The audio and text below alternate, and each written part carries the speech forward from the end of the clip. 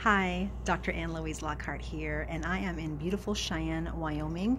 I've been here on a 2-day tour. Yesterday I was in Casper talking to speech therapists, occupational therapists, physical therapists, special ed teachers, gen ed teachers, resource specialists, therapists, LPCs on working with children with ADHD, oppositional defiant disorder, anxiety, and a variety of other behavioral issues. And a big push and a big in the research talks about not just coming up with a bunch of clever interventions and strategies, but it's about changing your mindset when it comes to children with behavioral issues, as well as helping their parents see their child from a different perspective, a different mindset. Because if you see the child as someone who's manipulative, who's out to get you, to destroy your looks, to make your year miserable, you're going to interact with them in a very negative way. So it's about changing your mindset first. And that's the most important part. So when you can really change your mindset, then you can do a whole bunch of interventions and they'll be so much more effective because you're seeing the child and the parent from a different perspective. So if you're a professional in the school setting, in the clinic setting, in a hospital setting, it's really change your attitude about the child first. If you're always used to doing things a certain way, you may not be able to do it that way anymore. Maybe it's no longer successful because it's not effective. Children are different. People are different. People are like, well, it used to work 20 years ago. Yeah, but so did rotary phones, right? We don't use rotary phones anymore because they're not effective anymore. You can't take it around. You can't take it with you. You can't text. You can't Facebook on it. They were effective at one point, but they no longer are. So there are strategies that you used to use in the classroom that were probably very effective 20 years ago, even 10 years ago, but they're not anymore. Children are different. Our society is different. Things and messages that we're getting are different. So we have to change our strategy. It doesn't mean that we give in by any means. We don't do that, but it means that we have to look at things from a different perspective. We have to look and think outside the box. So to connect, to empathically be there, and to know that the bottom line is to look at what can the parent and the child benefit from by changing their behavior, by changing their attitude.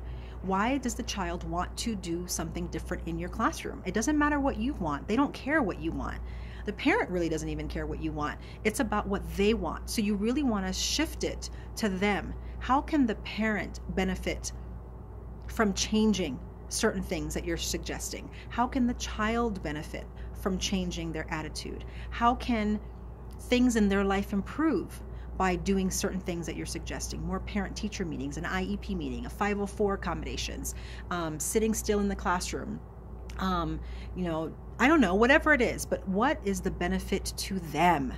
Because so often as professionals and teachers, as educators, we're always approaching people from the, well, it's not convenient for the school when your child is acting up. It's not convenient in the classroom when the child is having a 10-minute tantrum and the teacher is trying to teach. It's annoying when your child is tapping and making annoying noises when everybody's trying to learn. That's not really their problem, honestly. And that might seem harsh, but the thing is that if you phrase it for you need to change, your child needs to change, and if not, they're out of here, that's not really going to build any true connection, and they're not really going to be motivated to do anything differently. So you really want to present it from what is the benefit to them, and that you're on their side. You are not some person who is an expert on their child. They are an expert on their child. The parent is an expert on their child. They're the one that knows their child the most, even if you don't think they do. It doesn't matter what you think. It's that you join the parent in looking at, we are on the same team here. I am here to not tell you how to parent your child. I'm here to help you to help your child. I'm here to help you help your child. I'm here to help so that we can go through this and that they can be successful, that they can learn what they're supposed to learn, that you can feel less tired, that you can feel more connected to the school, that you can feel like you have more insight into why the child behaves the way they do. What is the ultimate benefit for that parent, and what is the ultimate benefit for that child? So it is a huge shift in mindset, because all the other interventions you do will then work beautifully once you join with that child, once you join with that parent. So I hope you take that to heart and really look at what are some ways in your everyday life, in your clinic, your school, your hospital, that you can start looking at things differently, and then you can start doing interventions that are actually more effective. Thanks for tuning in.